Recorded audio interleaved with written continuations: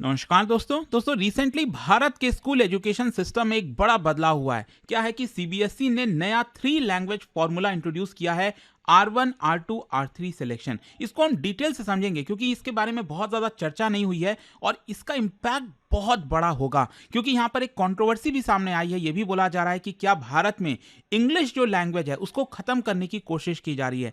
क्या अब English language एक फॉरेन लैंग्वेज बनकर ही रह जाएगा? क्या आप लोगों को वो पढ़ने नहीं मिलेगा? वो सब कुछ मैं आपको डिटेल से बताऊंगा। चलिए आगे बढ़ते हैं। उससे पहले एक चीज बता दूं, आप में से जो भी लोग यूपीएससी की तैयारी कर रहे हैं, यहाँ पर अचीवर्स कार्निवल सेल चल रहा है, जिसके तहत आपको मैक्सिमम जो डिस्काउंट है वो आपको मिल जाएगा लोएस्ट एवर प्राइस पर। 2027 हो 28 हो, कोई भी साल की आप प्रिपरेशन कर रहे हो, आपको बस यूज करना है ये कोड अंकित लाइव, लिंक कमेंट सेक्शन में दिया हुआ है। और इसके अंदर प्रीलिम से लेकर इंटरव्यू तक की पूरी पढ़ाई कराई जाती है। 18 बुक्स का पूरा सेट आपके घर पर भेजा जाता है। कोई भी अगर आपको डाउट है, प्रॉब्लम है, इस फोन नंबर पर कॉल कर लीजिए, मेरी टीम आपको अच्छे से गाइड कर देगी। चलिए शुरुआत करते हैं। सबसे पहला क्वेश्चन तो यह है कि इस साल से क्या बदलने वाला है। देखो, जो central board of secondary education है सीबीएसई, उन्होंने नेशनल एजुकेशन जो पॉलिसी आया था 2020 का और जो नेशनल करिकुलम फ्रेमवर्क आया था 2023 का, उसको इंप्लीमेंट करने का निर्णय लिया है। मतलब ये पैराडाइम शिफ्ट बताया जा रहा है। ऐसा क्यों?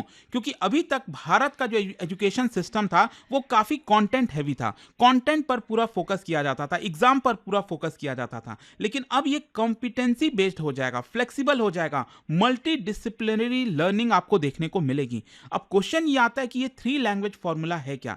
देखो, ये कोई नया फॉर्मूला नहीं है। सीबीएसई के अंदर पहले से भी कुछ चीजें चल रही थी, लेकिन वो अच्छे से इंप्लीमेंट नहीं हो पाई थी। अब इसको प्रॉपर तरीके से मतलब एनफोर्स किया जा रहा है कि ये करना ही होगा, और इसको R1, R2, R3 बोला जा रहा है। R1 क्या है? ये प्राइमरी लैंग्वेज होगा। मतलब ये जो लैंग्वेज आप चूज करोगे, कोई भी पेपर आप चूज करोगे अपने स्कूल के अंदर, तो इसमें आपका स्ट्रॉन्गेस्ट जो प्रोफिशिएंसी होनी चाहिए, जो पकड़ होनी चाहिए, वो होगा। मतलब इस लैंग्वेज के पेपर में आपको बहुत अच्छा परफॉर्म करना है। और यूजुअली क्या होता है कि वो ऐसा लैंग्वेज होगा जो आप बचपन से बोलते आ रहे हो, जैसे मदर टंग हो गया, वो आपका रीजनल लैंग्वेज हो गया, तो वो आपका सबसे प्राइमरी लैंग्वेज होने वाला है। फिर दूसरा जो पेपर चूज करना है वो होगा सेकेंड लैंग्वेज। ये R1 से डिफरेंट होगा। जो अगर आपने मान लीजिए हिंदी चूज कर लिया R1 वाला, तो दूसरा जो लैंग्वेज होगा, ऑब्वियस सी बात है आप R1 चूज नहीं कर सकते, आपको कोई दूसरा लैंग्वेज चूज करना होगा। तो ये मॉडरेट लेवल में आपकी लर्निंग होनी चाहिए। और तीसरा एक और लैंग्वेज इंट्रोड्यूस किया जा रहा है फ्रॉम क्लास 6, और ये भी मैंडेटरी होगा। ध्यान रखिएगा, मैंडेटरी आपको चूज करना ही है। एंड अगेन ये आपका R1, R2 से डिफरेंट होगा। और एक बहुत इंपॉर्टेंट चीज यहां पर यह है कि जो 3 लैंग्वेज आप पढ़ोगे स्कूल के अंदर, उसमें से 2 लैंग्वेज कम से कम ये इंडियन लैंग्वेज होना चाहिए। जैसे मान लो आपने एक हिंदी चूज कर लिया, फिर दूसरा या तो आप तमिल ले लो, गुजराती ले लो, मराठी ले लो, कोई भी, मतलब 2 तो कम से कम इंडियन होना चाहिए। हो सकता है आप चाहो तो तीनों इंडियन लैंग्वेजेस ले सकते हो, लेकिन 2 कंपलसरी इंडियन होनी चाहिए। अच्छा, ये कब से इंप्लीमेंट किया जा रहा है? देखो, 2026-27, मतलब ये जो अभी एकेडमिक ईयर स्टार्ट हो रहा है ना 2026-27 का, अभी से ये इंट्रोड्यूस कर दिया जाएगा क्लास 6 के अंदर। मतलब जो भी क्लास 6 के बच्चे होंगे उनको तीनों लैंग्वेज लेना होगा, पढ़ना ही होगा। अब इससे होगा क्या कि जब वो बच्चे क्लास 10th में आएंगे, जब क्लास 10th का बोर्ड देंगे, तो मैंडेटरी उनको तीनों लैंग्वेज में पास करना होगा। अभी क्या है कि जो क्लास 10th वाले स्टूडेंट्स हैं उनको ये मैंडेटरी पास नहीं करना है, क्योंकि ये इंट्रोड्यूस किया जा रहा है क्लास 6 के अंदर। तो धीरे धीरे करके जब वो क्लास 10th में जाएंगे तो ऑटोमेटिकली ये आपका पूरी तरह से इंप्लीमेंट हो जाएगा from the academic year 2030 and 31। अच्छा, यहां पर एक चीज समझिए, पहले का सिस्टम क्या था और नया सिस्टम क्या है। पहले क्या था, सीबीएसई के अंदर आपको इंग्लिश कंपलसरी पढ़ना पड़ता था, हिंदी और जो रीजनल लैंग्वेज है वो सेकेंडरी होता था, और थर्ड लैंग्वेज को जनरली इग्नोर कर दिया जाता था। इसकी वजह से हमारे एजुकेशन सिस्टम में इंग्लिश का काफी डोमिनेंस हो गया था, और जो रीजनल लैंग्वेज है, जो भारतीय लैंग्वेज है, वो काफी कमजोर हो गई थी। लेकिन जो नया वाला new education policy based system आया है, उसके अंदर इंडियन लैंग्वेजेस को, भारतीय भाषा को प्रायोरिटी दी जा रही है। इंग्लिश भी होगा लेकिन वो ऑप्शनल होगा। फ्लेक्सिबिलिटी बेसिकली होगी आपको कॉम्बिनेशन में, जो चूज करना चाहो आप चूज कर सकते हो।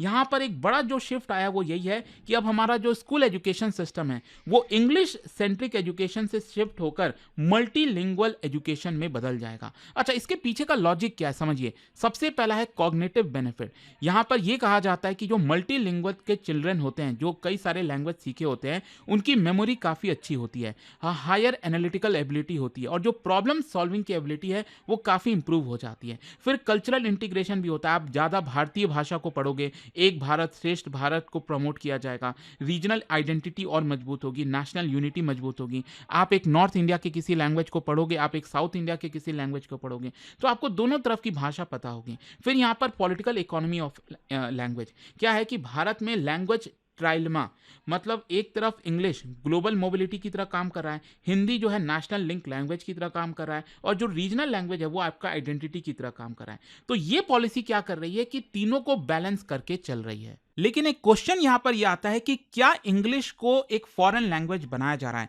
क्यों आखिरकार इंग्लिश को फॉरेन लैंग्वेज बोला जा रहा है? देखो, ये थोड़ा सा मिसअंडरस्टूड पार्ट है, क्योंकि क्या है ना कि इंग्लिश को जो है स्कूल से कोई हटाया नहीं जा रहा है। ऐसा नहीं है कि आप इंग्लिश नहीं पढ़ोगे।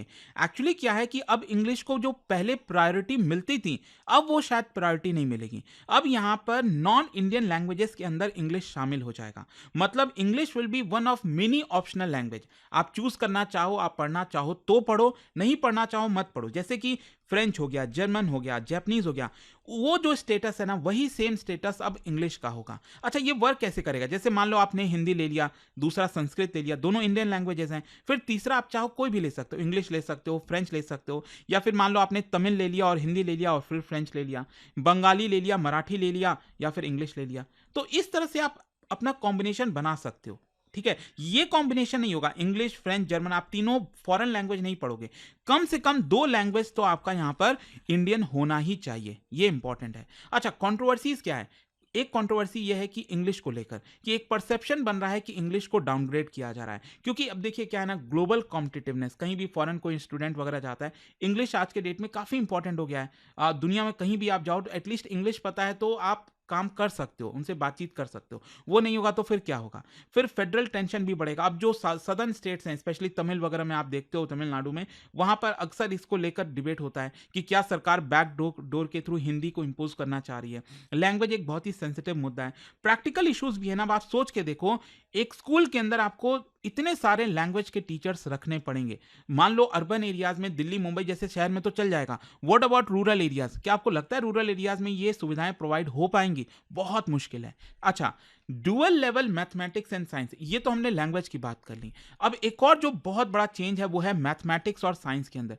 क्या है कि अक्सर आपने देखा होगा, जो बच्चे होते हैं उनको मैथ्स में और साइंस में, कुछ बच्चों को तो बहुत मजा आता है पढ़ने में कि अरे मेरा फेवरेट सब्जेक्ट है, लेकिन कुछ बच्चे ऐसे होते हैं जिनको बहुत डिफिकल्टी आती है, मतलब उनका पूरा जीवन ही मैथ्स और साइंस को सॉल्व करने में चला जाता है। लेकिन जीवन इतना छोटा थोड़ी है, आप अपने जीवन को मैथ्स और साइंस से थोड़ी बांध सकते हो। हर एक का अपना पैशन होता है, हर एक की अपनी एबिलिटी होती है।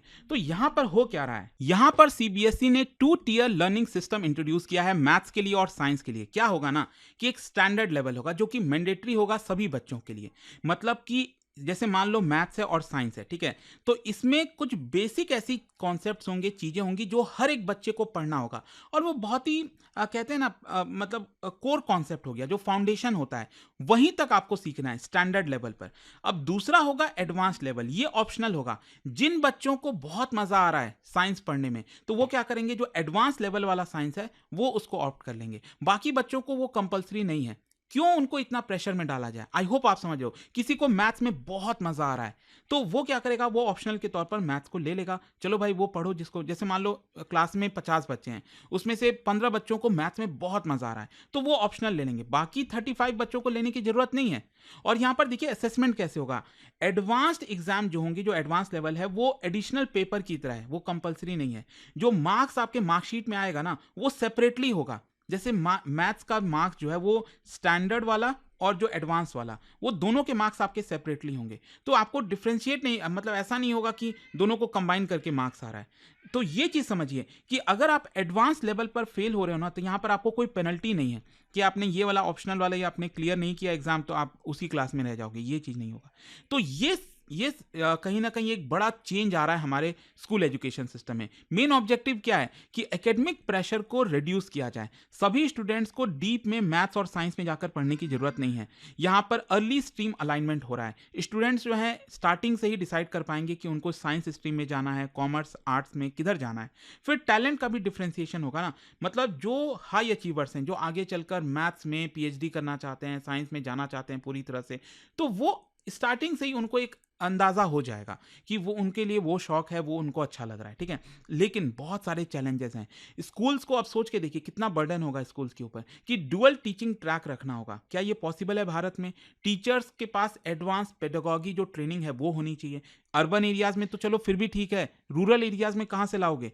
फिर यहाँ पर अर्ली एकेडमिक लेबलिंग का भी बड़ा खतरा है, स्पेशली भारत जैसे समाज के अंदर। भारत में जो है एक टैबू की तरह है, मतलब है ना, आपके आसपास के पड़ोस के लोग या फिर आपके रिश्तेदार वो कंपेयर करने लग जाएंगे, देखो मेरा बच्चा तो एडवांस वाला पढ़ रहा है, आपका पढ़ रहा है क्या?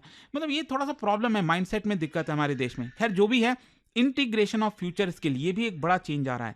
क्या है कि आगे आने वाला ज़माना आर्टिफिशियल इंटेलिजेंस का है, कोडिंग का है, डेटा लिटरेसी का है, वोकेशनल स्किल्स का है। तो अब स्कूल एजुकेशन में इन एरियाज पर फोकस करेगा सीबीएसई। और यहाँ पर ये मैटर इसीलिए करता है क्योंकि भारत जो है एक नॉलेज इकोनॉमी बनना चाहता है, हम इंडस्ट्री 4.0 में कम्पीट करना चाहते हैं। अब भारत के अंदर जो एजुकेशन है वो automation, digital economy, startup ecosystem उसके साथ अलाइन होने जा रहा है। अच्छा, एक और इंटरेस्टिंग चीज मैं बताता हूं, सीबीएसई और भारत के बाकी के एग्जाम्स में बड़ा चेंज आ रहा है। अब केस बेस्ड क्वेश्चन जो हैं वो यहां पर लाए जाएंगे, एप्लीकेशन बेस्ड एमसीक्यूज आएगा। डायरेक्ट जो थियोरी होती है ना उससे रिलेटेड सवाल कम होंगे। जैसे मैं आपको बताता हूं, अभी तक क्या था, रोट लर्निंग। अरे न्यूटन्स लॉ क्या है, बच्चे ने बस 10 बार उसको रिपीट कर लिया, दिमाग में याद कर लिया, एग्जाम में जाकर डाल दिया और वो बच्चा फर्स्ट रैंक लाया। ऐसा नहीं है। जैसे न्यूटन्स लॉ क्या होता है ये नहीं पूछा जाएगा, न्यूटन्स लॉ को अप्लाई कैसे करना है रियल लाइफ सिनेरियोज में, कुछ इस तरह की चीजें। मतलब एग्जाम्स भी अब थोड़ा सा बदलेंगे, जो हम काफी समय से इंतजार कर रहे हैं। इसका ओवरऑल इंपैक्ट क्या आएगा? देखो भारत में अगर हम बात करें तो हमारा ह्यूमन कैपिटल मजबूत होगा, डेमोग्राफिक डिविडेंड्स को सपोर्ट मिलेगा, लर्निंग आउटकम्स भारत में इंप्रूव होगा। जहां तक बच्चों का सवाल है तो उनको फ्लेक्सिबिलिटी होगी, स्ट्रेस कम होगा, कैरियर अलाइनमेंट काफी बेटर हो जाएगा। स्कूल्स की अगर हम बात करें तो टीचर ट्रेनिंग वो बहुत इंपॉर्टेंट है, ये स्कूल्स के ऊपर बर्डन होगा। यहाँ पर इंफ्रास्ट्रक्चर अपग्रेड हो गया, करिकुलम रिडिजाइन हो गया, वो स्कूल्स को देखना होगा वो कैसे करेंगे। और इसमें कहीं ना कहीं सरकार को, सीबीएसई को आगे आना होगा, मदद करनी होगी स्कूल्स की, तभी हो सकती हैं चीजें। क्योंकि पेपर में तो बड़ी अच्छी अच्छी बातें लग रही हैं, लेकिन एक्चुअल में क्या होता है वो तो डिपेंड करता है। जाने से पहले आप सबके लिए बड़ा इंटरेस्टिंग क्वेश्चन है इतिहास से। वुड्स डिस्पैच के बारे में आप सबने सुना होगा, ब्रिटिशर्स टाइम में। तो इससे रिलेटेड 2 स्टेटमेंट है, कौन सा करेक्ट है, इसका राइट आंसर आप सब जानते हैं, मेरे इंस्टाग्राम पर तो मिलेगा ही। वहां पर अगर आप नहीं हो कोई बात नहीं, टेलीग्राम से ले सकते हैं इसका सही उत्तर। और दोस्तों जैसा मैंने आपको बताया, अगर आप यूपीएससी की तैयारी कर रहे हैं, लिमिटेड टाइम ऑफर है। यहां पर कोई भी यूपीएससी बैच आप लेते हो जिसमें प्रीलिम्स, मेंस, इंटरव्यू सब कुछ की तैयारी एक ही बैच में करना चाहते हैं। इनफैक्ट पूरा का पूरा बुक्स का जो सेट है 18 बुक्स वो आपके घर पर हम भेज देंगे, पर्सनल मेंटरशिप मिलेगा, बहुत कुछ है। इनफैक्ट अगर आप प्रीलिम्स क्रैक कर लेते हो ना तो पूरा फी भी रिफंड कर दिया जाता है। यूज करिए ये कोड अंकित लाइव, लिंक कमेंट सेक्शन में है। ये फोन नंबर है, कोई भी डाउट है, प्रॉब्लम है, इस पर कॉल कर सकते हैं, मेरी टीम आपको अच्छे से गाइड कर देगी। स्टडी IQ IAS, आपका सिलेक्शन हमारा मिशन।